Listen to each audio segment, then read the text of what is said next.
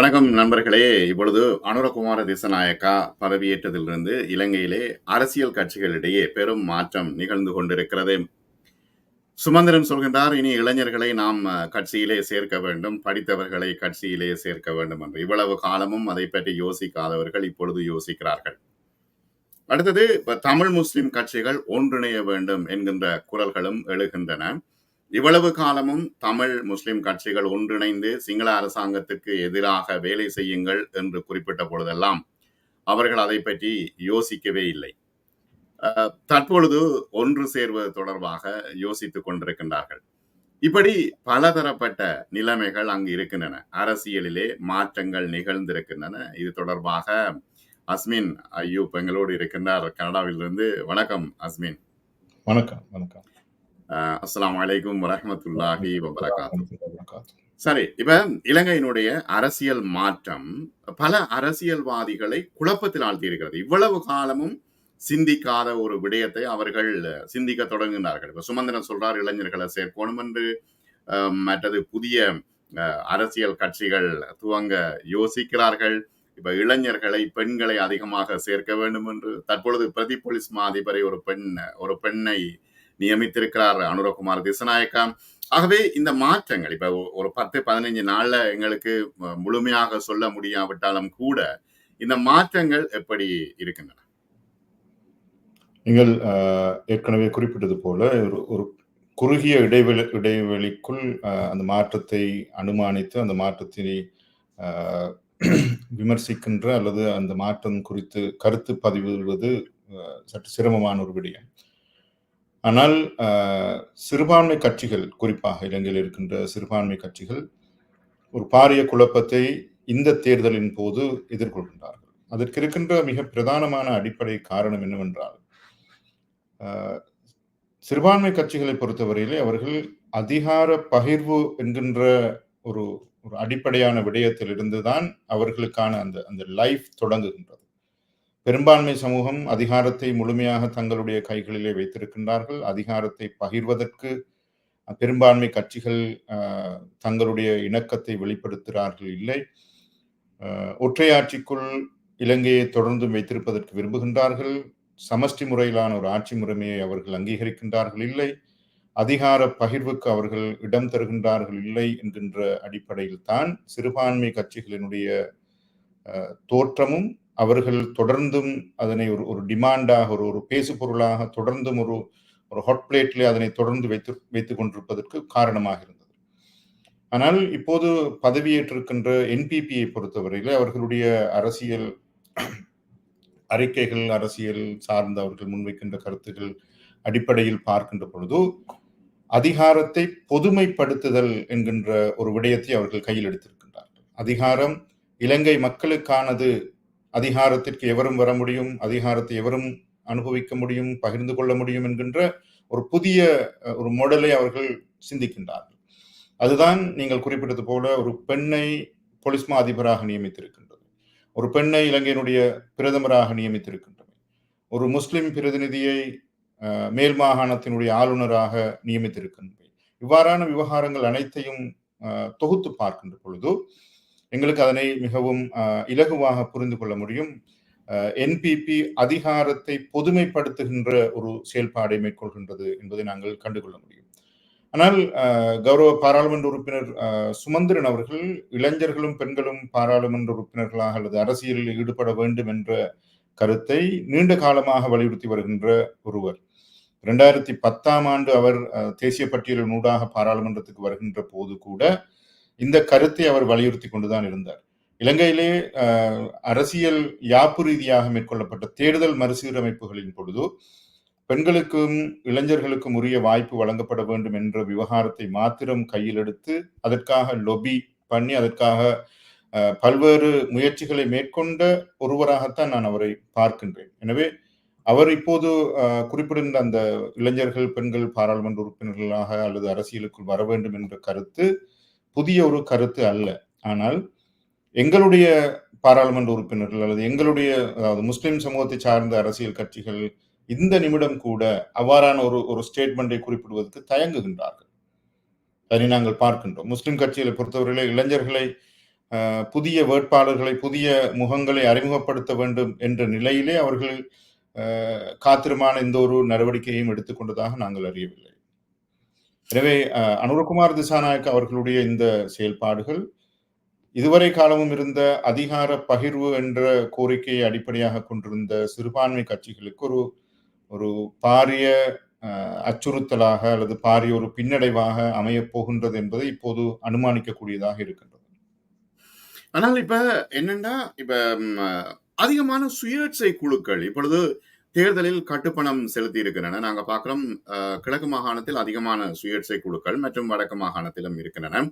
Douglas Devananda வீணையில் அநேகமாக போட்டியிடுவார் என்று நாம் நினைக்கின்றோம். இன்னும் உறுதியான முடிவரவில்லை. இப்பொழுது வேட்பாளர்களை அவர் அறிமுகப்படுத்தி இருக்கின்றார். தமிழரசு கட்சிக்குள் வளமை போல குழப்பம்.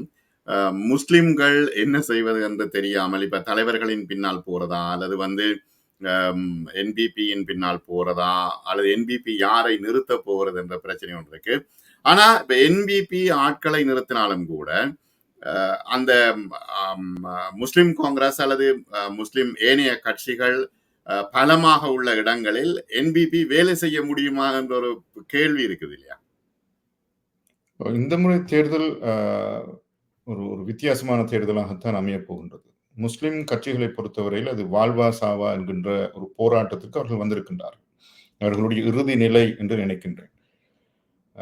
ஏனென்றால் அது தலைமைத்துவங்களுக்கு அடுத்த நிலையில் இருப்பவர்களை கூட கட்சி அடுத்த தலைவர்களை உருவாக்கவில்லை.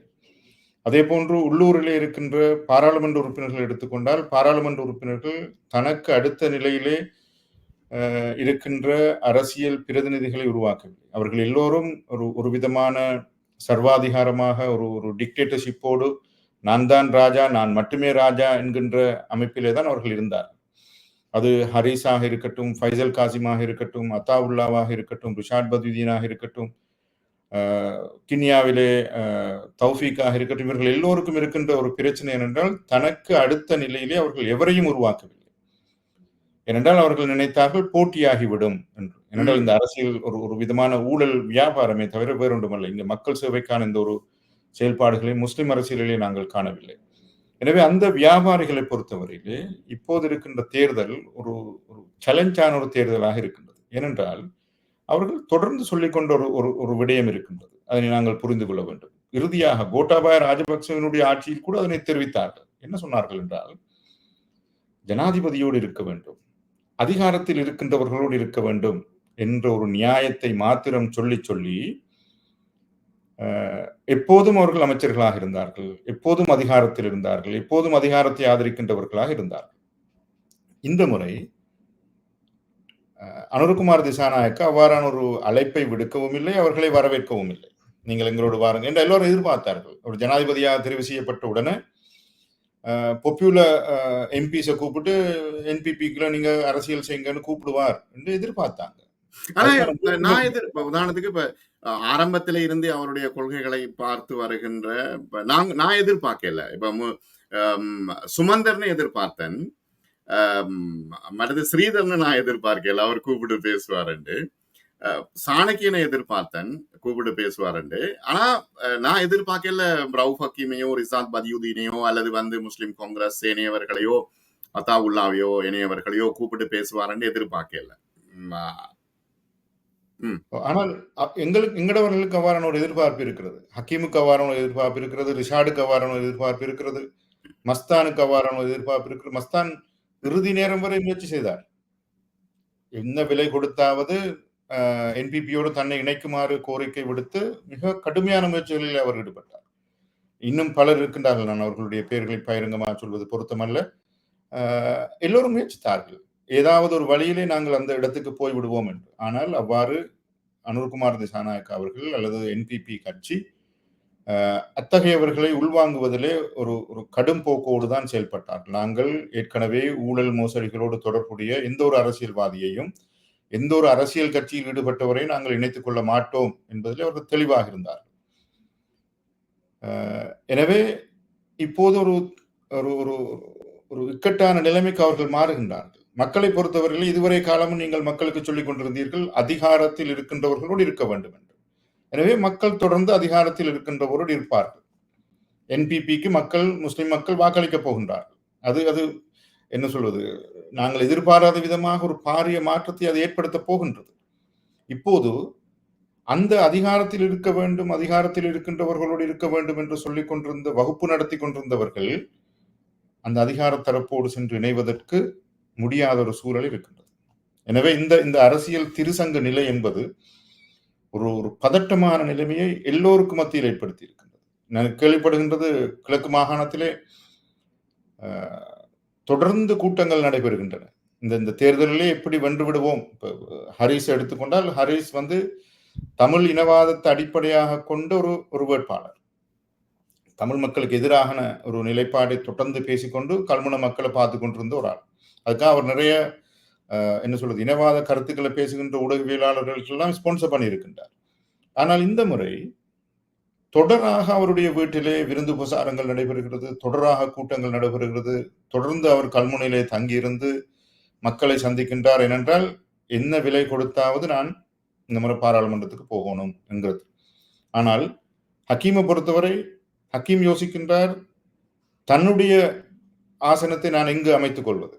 அது கிழக்கு மாகாணத்தில் இருப்பதா, திருவண்ணாமலை மாவட்டத்தில் வைக்கிறதா, கல்முனையில் வைக்கிறதா, அல்லது நான் கொழும்புல போட்டி போடுறதா, கண்டியில போட்டி போடுறதா என்கிற ஒரு பெரிய ஒரு சங்கடமான நிலைமை அவருக்கு இருக்கிறது. கிழக்கு மாகாணத்துக்கு வெளியிலே ஹக்கீம் போட்டியிட்டால் அவருடைய தோல்வி நிச்சயமானது. ஆனால் கிழக்கு மாகாணத்திலே போட்டியிடுவதற்கு ஏற்கனவே அவரோடு பகையுணர்வில் இருக்கின்ற முஸ்லிம் பாராளுமன்ற உறுப்பினர்கள் இடம் தருவார்களா என்கின்ற ஒரு பெரிய பிரச்சனை இருக்கின்றது.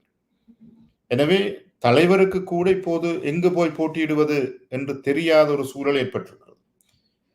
ரிஷாட் பதியுதீன் மன்னாரை விட்டு வெளியே வரப்போவது கிடையாது. வன்னி மாவட்டத்திலே தான் அவர் போட்டி போட போகின்றார். வன்னி மாவட்டம் மாத்திரம்தான் அவருக்கு கை கொடுக்கும். ஏனென்றால் வன்னி மாவட்டத்தில் இருக்கின்ற முஸ்லிம் வாக்காளர்களும் ஒரு சில தமிழ் வாக்காளர்களும் தேசிய மக்கள் சக்தியை என்ன சொல்வது, நன்கு அறிந்து தெரிந்து வைத்திருப்பவர்களாக நான் அறியவில்லை. அது ஒரு என்ன சொல்வது, ஒரு அந்நியமான கட்சியாகத்தான் அவர்களுக்கு இருக்கின்றது. எனவே ரிஷாட் பதியுதீனை பொறுத்தவரையில் அவர் ஒரு சற்று பாதுகாப்பான நிலையிலே இருக்கின்றார். ஹக்கீமை பொறுத்தவரையிலே பாதுகாப்பற்ற நிலையிலே இருக்கின்றார். ஃபைசல் காசிமை விட்டுக் கொடுக்குமாறு ஒரு பாரிய பேச்சுவார்த்தைகள் நடைபெற்றிருக்கின்றன. இந்த ஊரிலே ஹக்கீம் போட்டியிட வேண்டும் என்றும், இந்த ஊர் பிரதேசத்திலே ஹக்கீம் போட்டியிடுவார் என்றும், தேசிய பட்டியலிலே ஃபைசல் காசிமுக்கு இடம் தரப்படும் என்றும் சொல்லப்பட்டு ஒரு பேச்சுவார்த்தை நடந்திருக்கிறது. ஆனால் அதற்கு ஃபைசல் காசிம் முற்றாக மறுத்துவிட்டார். நான் இந்த இடத்திலே தரப்போவது கிடையாது. ஹக்கீமுக்கு ஒருபோதும் அக்கறை பற்றுக்கு போக முடியாது. ஏனென்றால் அத்தாவுல்லா என்கின்ற ஒரு ஸ்ட்ராங் ஹோல்டு அங்கே இருக்கின்றார். இப்போது ஹக்கீமுக்கு எஞ்சி இருப்பது 2 தொகுதிகளில் தான் ஹக்கீம் போட்டியிடுவார் என்ற ஒரு சூழ்நிலை இப்போது இருக்கின்றது. ஒன்று சம்மாந்துறையிலே போட்டியிடுவதற்கான ஒரு வாய்ப்பு இருக்கின்றது, அல்லது கினியாவிலே போட்டியிடுவதற்கான ஒரு வாய்ப்பு இருக்கின்றது. இந்த 2 தவிர ஹக்கீமுக்கு ஒரு சாய்ஸ் இல்லாமல் இருக்குது. அவர் ஒருபோதும் கண்டிக்கு போய் தேர்தல் கேட்பதில்லை. ஆனால் நான் தோற்றாலும் தன்மானத்தோடு தோற்பேன் என்று எண்ணிக்கொண்டால் அவர் கண்டிக்கு போக முடியும். என்னுடைய பிரதேசத்திலே நான் போட்டியிட்டு தோல்வி அடைவதை நான் ஏற்றுக்கொள்கின்றேன் என்று சொல்லிக்கொண்டு கண்டிக்கு போக முடியும். அது தவிர்த்து அவரால் கண்டிக்கு போக முடியாத ஒரு சூழல் இருக்கின்றது. ஆனால் இவ இன்னும் ஒரு விஷயம் யோசித்துக் கொண்டிருக்கின்றார்கள். சுயேட்சையாக போட்டியிட்டு வெற்றி பெற்றால் இவ அரசாங்கத்துக்கு இப்ப என்னதான் வெற்றி பெற்றாலும் மிகப்பெரிய சலுகைகளை அனுபவிக்க முடியாது என்கின்ற ஒரு அச்சம் அவர்கள் மத்தியில் இருக்கிறது, வந்துவிட்டது. அரசியல்வாதிகள் மத்தியில் சம்பளத்தை எடுத்துக்கொண்டு ஒரு 2 போலீஸ்காரர்கள் அல்லது ஒரு வாகனம் இவ்வளவுதான் கொடுக்க போறார், மற்ற எல்லாம் கட் பண்ணிடுவார் என்ற ஒரு பயம் இருக்கிறது. ஆகவே இப்ப ஏற்கனவே மினிஸ்டர்கள் மற்றும் உதவி அமைச்சர்கள், ராஜாங்க அமைச்சர்கள் பார்த்த வேலைகளை இப்ப பார்க்க முடியாத ஒரு சூழ்நிலை இருக்கு. எல்லாம் அதிகாரிகளுடைய கண்ட்ரோலுக்குள்ள வந்துவிடும் என்று அவர்கள் அச்சப்படுகின்றார்கள். சரி, சுயேட்சையாக போட்டியிட்டு அரசாங்கத்திற்கு ஏதாவது நெருக்கடி வார நேரத்தில் ஆதரவு கொடுக்கக்கூடியதாக இருக்குமா என்றும் சில அரசியல்வாதிகள் யோசிப்பதாக தெரிகிறது. நீங்க பாத்தீங்களா அந்த விஷயத்தை? நிச்சயமா. அதாவது சுயேட்சை பட்டியல் என்பது 2 காரணத்துக்காக சுயேட்சையை நோக்கி அவர்கள் களமிறங்குகின்றார்கள். ஒன்று, குறைவான வெட்டுப்புள்ளியோடு ஒரு பாராளுமன்ற உறுப்பினரை பெற்றுக்கொள்வதற்கான வாய்ப்பு ஏற்படும் என்பது ஒரு விதமான நம்பிக்கை. அடுத்தது, அந்த தேர்தலிலே ஒரு குழப்பத்தை ஏற்படுத்தினால், வாக்குச்சீட்டுகளிலே ஒரு குழப்பமான ஒரு சூழ்நிலை, நிறைய சின்னங்கள் ஏனென்றால் இந்த முறை ஜனாதிபதி தேர்தலில் கூட மிக கூடுதலான சின்னங்கள் உள்ள ஒரு வாக்குச்சீட்டாக அது இருந்தமையால் தான் பெரும்பாலானவர்களுக்கு அந்த அரசியலில் ஒரு குழப்பம் ஏற்பட்டது. யாழ்ப்பாணத்தில் எடுத்துக்கொண்டால், யாழ்ப்பாணத்தில் கால்குலேட்டருக்கு 3000 சொச்சம் வாக்குகள் கிடைத்திருந்தன. வாக்குகள் கிடைத்திருக்கு. அவர் ஆனால் டெலிபோனுக்கு கிடைக்க வேண்டிய வாக்குகள் தான் அங்கே போய் சேர்ந்திருக்கிறது. ஏனென்றால் மக்கள் அந்த டெலிபோனுக்கும் கால்குலேட்டருக்கும் உள்ள வித்தியாசத்தை அவர்கள் உணர்ந்து கொள்ளவில்லை. எனவே அப்படியான ஒரு குழப்பத்தை ஏற்படுத்துவதும் இந்த சுயேட்சை குழுக்களை அதிகமாக களமிறக்குவதனுடைய நோக்கமாக இருக்கின்றது. இன்னும் ஒரு விடயம், அது குறிப்பாக முஸ்லிம் சமூகத்தில் ஏற்பட்டிருக்கின்ற ஒரு என்ன சொல்வது, ஒரு தவறான மனோநிலை. தங்களை அரசியல்வாதிகளாக அடையாளப்படுத்தி அதனூடாக அரசாங்கத்தோடு பேச்சுவார்த்தை நடத்துவதற்கு, அதனூடாக உள்ளூராட்சி சபை தேர்தல்களின் பொழுது பேச்சுவார்த்தை நடத்துவதற்கு, அரசாங்கத்தோடு பேச்சுவார்த்தை நடத்துவதற்குரிய ஒரு ஆரம்ப ஏற்பாடாக இதனை அவர்கள் பார்க்கின்றார்கள். நாங்கள் இந்த முறை சுயேட்சை சின்னத்திலே போட்டியிட்டோம், இத்தனை ஆயிரம் வாக்குகளை பெற்றுக் கொண்டிருக்கின்றோம், எனவே எங்களுக்கு உள்ளூராட்சி சபை தேர்தல்கள் வருகின்ற பொழுது நாங்கள் இன்ன பங்களிப்பை செய்ய முடியும் என்று ஒரு அபிஷியல் டாக்குமெண்டாக காட்ட முடியும் என்பதும் ஒரு எண்ணமாக இருக்கின்றது. ஆனால் துரதிருஷ்டவசமாக இது சிறுபான்மை மக்கள் மத்தியிலே தான் அதிகமாக இருக்குது என்பதை பார்க்கின்ற பொழுது, இந்த ஜனநாயகத்தை சிறுபான்மை மக்கள் எவ்வாறு புரிந்து கொண்டிருக்கின்றார்கள், ஜனநாயகத்தில் இருக்கின்ற வாக்களிப்பு என்பதை எவ்வாறு புரிந்து கொண்டிருக்கின்றார்கள், அதனை முறைகேடாக பயன்படுத்துவதற்கு அவர்கள் முனைப்பு காட்டுவது ஒரு ஆபத்தான சூழ்நிலையாகத்தான் இருக்க போகின்றது. அடுத்தது இப்ப இன்னும் ஒரு விஷயம், இவர் ජනාධිපති අනුර කුමාර දිසානායක මැතිතුමා ආවට පස්සේ ටිකක් එතුමාව විවේචනය කරන්න පොඩ්ඩක් சரி, இந்த நிசாம் காரியப்பருடைய இந்த ஸ்பீச், இந்த பேச்சு வந்து அதிகமாக இலங்கையிலே பகிரப்பட்டு வந்தது. முக்கியமாக இவர் ஏன் இப்படி பேசி இருக்கின்றார் என்பது தொடர்பான பலதரப்பட்ட கருத்துக்கள் வந்தன. ஒன்று, முஸ்லிம் காங்கிரஸை தூக்கி நிறுத்துவதற்கு வேறு வழி இல்லை என்ற ஒரு பிரச்சனை. மற்றது, அனுரகுமார திசநாயக்காவை பார்த்து எல்லோரும் அச்சப்படுகின்றார்கள் அரசியல்வாதிகள் என்கின்ற ஒரு பிரச்சனை. இதை நாங்க கேட்டுட்டு நீங்க இதுக்கு நீங்க சொல்லலாம். මන් කියන්නම් අනුරකුමාර දිසානායක ජනාධිපතිතුමාව නිර්භීතව ප්‍රජාතාන්ත්‍රික රාමුවක් තුළ ඔහුගේ වැරදි පෙන්වීම සඳහා පාර්ලිමේන්තුවේ සමගි ජන සන්ධානය බලගතු දේශපාලන පක්ෂයක් හැටියට තිබිය යුතුයි. මම කියන උදාහරණයක්, අපි දැන් මුස්ලිම් ජනතාවනේ. මොකද කිව්වේ සමගි මේ අනුරකුමාර දිසානායක මැතිතුමා ව්‍යාපාරිකයන් සපෝට් කරපු පළියට ඒගොල්ලන්ට මේ ඔය තනතුරු දෙන්නේ නැහැ කිව්වනේ. එක්ස්පෝ ලංකාවේ ව්‍යාපාරික නායක හනිෆ් යූසුෆ්ට ආණ්ඩුකාරතු බලය දීලා තියෙනවා. මම ටිකක් බැලුවා Google එකෙන් කරලා. එතුමාගෙන කියලා තියෙන්නේ රාජකීය විදුහලේ රොයල් කොලෙජ් ප්‍රොඩක්ට් ඉතා දක්ෂ මුස්ලිම් ජනතා හැටියට පිරිසුදු හොඳ ව්‍යාපාරිකයෙක්. අපි බොහෝ විට ගරු කරනවා. ඒක ප්‍රශ්නයක් නෑ.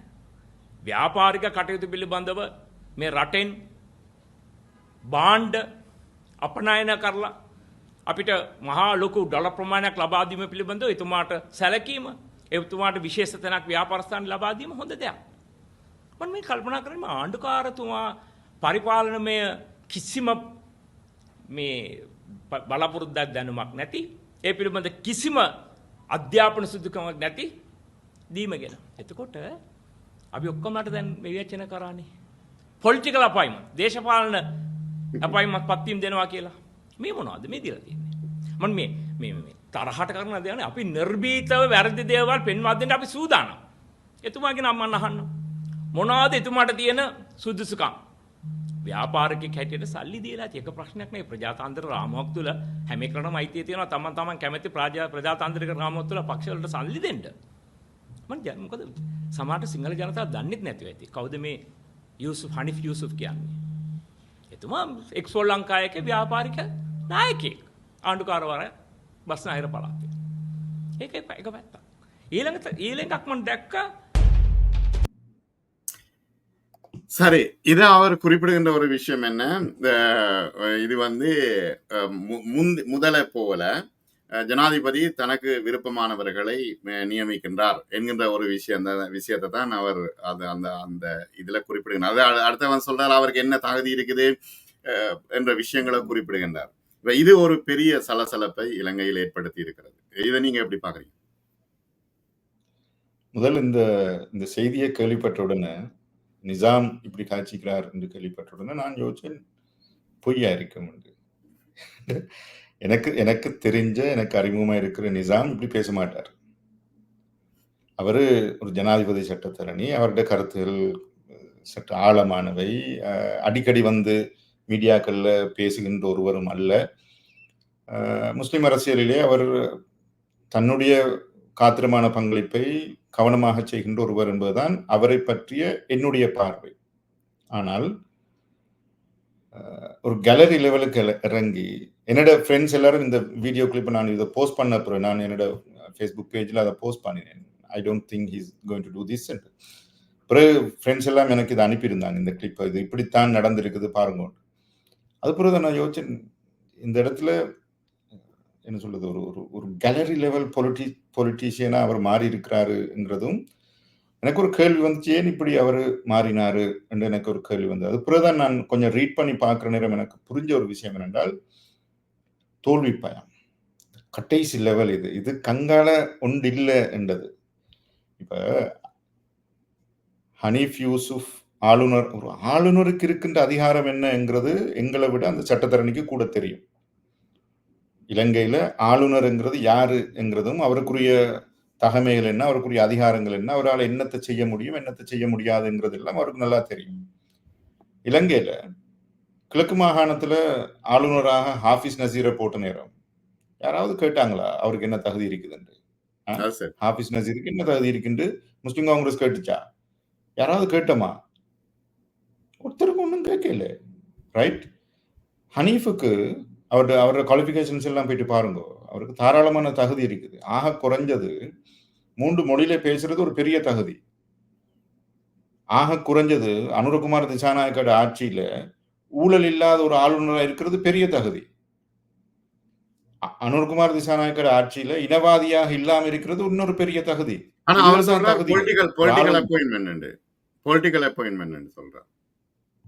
இல்ல ஆஃப்கோர்ஸ் எல்லாமே இப்ப ஜனாதிபதி நியமிக்கிறது எல்லாமே அரசியல் அப்பாயின்மெண்ட். போலீஸ் மா அதிபரை நியமிக்கிறது, உயர் நீதிமன்ற நீதிபதியை நியமிக்கிறது, ராணுவ தளபதிகளை நியமிக்கிறது. அப்ப வேற யார் நியமிக்கிறது? இந்தியால இருந்து வந்து நியமிப்பாங்களா? என்ன இது? நிசாம் இப்படி இறங்கினாரு, ஒரு கேலரி பொலிட்டீஷியனா மாறிக்கிறார் என்றால் அதுக்கு பின்னால இருக்கிறது அவருக்கு கடுமையான பயம் வந்திருக்குது. அதாவது இப்ப முஸ்லிம் காங்கிரஸ்ங்கிற நிறுவனத்தை பாதுகாக்கணும்னு ஹக்கீம் தொடர்ந்து பேசுறாரு. இதை நாங்க தொடர்ந்து கேட்கிறோம். முஸ்லிம் கட்சியை பாதுகாக்கணும், இந்த கட்சியை விட்டு அது தலைவர் உருவாக்கின கட்சி, இந்த தலைவர் ஹக்கீம் நான் கேட்கிறேன், இந்த கட்சியை பாதுகாக்கிறதுல அல்லது இந்த கட்சி அழிஞ்சு போறதுக்கு யார் காரணம் இருந்தது? சிங்களாக்கள் வந்து முஸ்லிம் காங்கிரஸ் அடிச்சாங்களா? தமிழர்கள் வந்து முஸ்லிம் காங்கிரஸ் அடிச்சாங்களா? அல்லது உங்களோட பாராளுமன்ற உறுப்பினர்கள் யாராவது குழப்பி அடிச்சாங்களா? ஒருத்தர் ஒன்றும் செய்யலையே. இந்த உங்கள்கிட்ட இருக்கிற ஊழல் அரசியல் தானே இந்த கட்சியை அழிச்சது. நீங்க காசு வாங்கி கொண்டு மாறுவீங்க. தலைவர் காசை வாங்கி உங்களோட பங்கை நீங்க வாங்கி கொண்டு மௌனமா இருப்பீங்க. ஒழுக்காட்டு நடவடிக்கை எடுக்க மாட்டீங்க. உங்களோட கட்சி எல்லாருக்கும் ஏதாவது ஒரு சலுகையையும் ஏதாவது ஒரு பணத்தை கொடுத்து அது ஏதாவது ஒரு வாக்குறுதியை கொடுத்து பேசாமாக்குவீங்க. உங்களோட கட்சி என்ன முடிவெடுக்கும் என்றால், முஸ்லிம் காங்கிரஸ் என்ன முடிவெடுக்கும்? முஸ்லிம் காங்கிரஸ் உயர் பீடம் கூடி என்ன முடிவெடுக்கும்? முடிவெடுக்கின்ற அதிகாரத்தை தலைவருக்கு வழங்குகின்றோம் என்று ஒரு முடிவெடுக்கும். என்னடாப்பா இது? லூசங்களாடா நீங்க எல்லாரும் என்னத்துக்கு என்ன சொல்றது, இந்த ஹைகமாண்ட்ல இருக்கிறீங்க. தலைவர் முடிவெடுப்பார்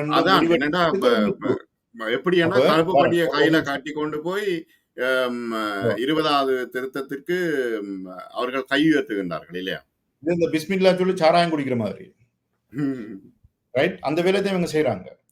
அப்ப இப்ப கட்சி அழிய போகுதுன்னு இந்த கட்சியை அழிச்சது யாரு? நீங்க ஓரமாகுங்க, ஹக்கீம் விலகுங்க, ஹரிஸ் விலகுங்க, எல்லாரும் ஓரமாகுங்க, இளைஞர்கள் கையில கட்சியை கொடுங்க, கட்சி அவங்க சிறப்பா செய்வாங்க. இப்ப தன்னோட சொந்த மகள்கிட்ட கொடுங்களேன், ஹக்கீம் தன்னோட சொந்த புள்ளைகிட்ட கொடுங்க, கட்சியை நல்லா செய்வார். கொடுக்க மாட்டாங்க. ஏனென்றால் அவங்களுக்கு தெரியும் இதை கொடுத்துட்டோம்னா பிரச்சனையில மாட்டுவோம்னு தெரியும். அப்ப அந்த பயத்தில் ஒரு விளைவு தான் இப்ப நிசாம் காரியப்பருக்கு இருக்கின்ற கடைசி பாராளுமன்ற தேர்தல் இது. இந்த பாராளுமன்ற தேர்தலில் என்னென்றால் அங்க உள்ளுக்கு நடந்திருக்கிற டீல் வந்து ஒரு பொல்லாத டீல். அதை நான் சஜித்தோட இல்ல இல்ல ஹக்கீமுக்கும் நிசாம் காரியப்பருக்கும் இடையில ஒரு டீல் நடந்திருக்குது. அந்த டீல் லேசான டீல் அல்ல. நான் அதை வெளிப்படையா சொல்ல விரும்பவும் இல்லை. அந்த டீல்ல நிசாம் காரியப்பர் தான் முஸ்லிம் காங்கிரசினுடைய தேசிய பட்டியல் உறுப்பினர் இந்த வருஷம் இந்த பாராளுமன்ற தேர்தலில். இந்த தேர்தலில் முஸ்லிம் காங்கிரசுக்கு அந்த தேசிய பட்டியல் கிடைக்காமல் போனால் நிசாம் தன்னுடைய வாழ்நாள் கனவை இழக்கிறார். எனவே தன்னுடைய வாழ்நாள் கனவை இழக்கின்ற ஒரு ஆள் எந்த கேலரி லெவலுக்கும் போகணும். இப்ப அனுர்குமாரோட போய் நின்று கொண்டு அந்த என்ன சொல்றது ஜங்ஷன்ல உட்கார்ந்து டீ குடிச்சிட்டு அனுர்குமார பெரிய ஆள் அப்பான்னு கேட்கிற ஆள் மாதிரி இப்ப இவர் கேள்வி கேட்கிறார். அனுர்குமாரோட பயப்படுறோம், அனுர்குமாருக்கு என்ன சொல்றது விமர்சனம் செய்யறதுக்கு. இப்ப அனுரகுமாருக்கு விமர்சனம் செய்யறதுக்கு ஒருத்தருக்கும் தெரியாமல இருக்கிறாங்க எல்லாரும். இவ்வளவு இலங்கையில் இருக்கின்ற மூத்த பத்திரிகையாளர்கள் அவ்வளவு பேரும் ஒரு வாய் தொடக்கல. இலங்கையில் இருக்கின்ற பெரிய ஊடகவியலாளர்கள் யாரும் இன்னும் அனுர்குமாரோ விமர்சிக்க தொடங்கல. இது என்ன பயத்துல விமர்சிக்க அமைக்கிறாங்களா? ஒரு பயமும் இல்லை. இல்ல விமர்சிப்பாங்க. அதுக்கான சந்தர்ப்பம் வர இல்லைன்னு தான் எல்லாரும் வெயிட் பண்றாங்க. அந்த விமர்சிக்கிறதுக்கான ஒரு என்ன சொல்றது ஒரு முறையான சந்தர்ப்பம் வர இல்லை. இன்னும் கால இடைவெளியும் போதாது. இப்ப அவர் நடைமுறைகளை பார்த்து தானே செயல்பாடுகளை பார்த்து தானே முடிவெடுக்கணும். நிஜாமுக்கு ஒரு மைக் கிடைச்ச பழிக்கு நான் அனுர்குமாரை விமர்சிப்பேன் என்று எழுப்பி நிற்கிறாரு.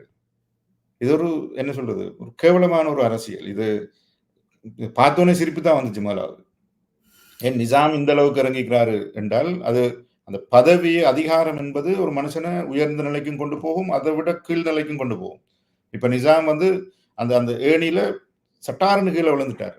இந்த இதுக்கு பிறகு இவர் ஒரு ஜனாதிபதி சட்டத்தரணியா மதிக்கிறதுக்கோ அல்லது இவற்றை ஒரு நல்ல அரசியல் கருத்துக்களை சொல்லக்கூடியவராக இருப்பார் என்று நினைக்கிறதுக்கோ மக்கள் தயாராக மாட்டாங்க. மக்களுக்கு தெரியும் நிஜாம் என்னத்துக்கு இப்படி கூவுது என்றது எல்லாருக்கும் தெரியும். மிக நன்றி அஸ்மின். இவ்வளவு நேரமும் இலங்கை அரசியல் தொடர்பாக பேசினீர்கள். மற்றும் ஒரு சந்தர்ப்பத்தில் நிறைய பேசுவோம். நன்றி.